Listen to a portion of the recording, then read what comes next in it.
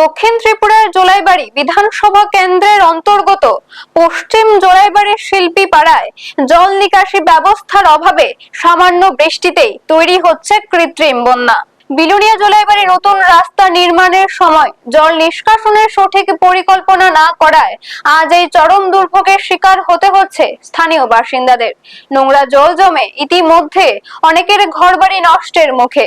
অন্যদিকে জলমগ্ন রাস্তা পেরিয়ে স্কুল, হাসপাতাল ও বাজারে যাতায়াত করতে হচ্ছেন সাধারণ মানুষকে। স্থানীয় প্রশাসনকে বারবার জানিয়েও কোনো সমাধান মেলেনি বলে অভিযোগ এলাকাবাসীর। প্রশাসনের এই উদাসীনতায় ক্ষুব্ধ হয়ে সোমবার স্থানীয় বাসিন্দারা সংবাদ মাধ্যমের দ্বারস্থ হন এবং নিজেদের যাতায়াত ও বসবাসের সুবিধার্থে সরাসরি রাজ্যের মুখ্যমন্ত্রীর হস্তক্ষেপ দাবি করেন।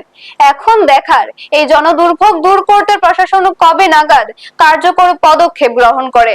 ব্যুরো রিপোর্ট, নিউজ তৎকাল 24।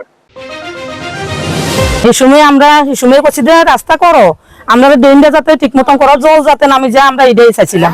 কিন্তু আমরা চাইতেছি পঞ্চায়েতে প্রধান মেম্বার নেতৃত্বে যাই আছে, আমরা শুধু এই আবেদন, আমরা শুধু রাস্তাটা ঠিক করে দাও, ড্রেন করে দাও, জল যাতে নামি যায়, এই অনুরোধ আমরা সবাই। আপনারা দেখছেন নিউজ তৎকাল 24।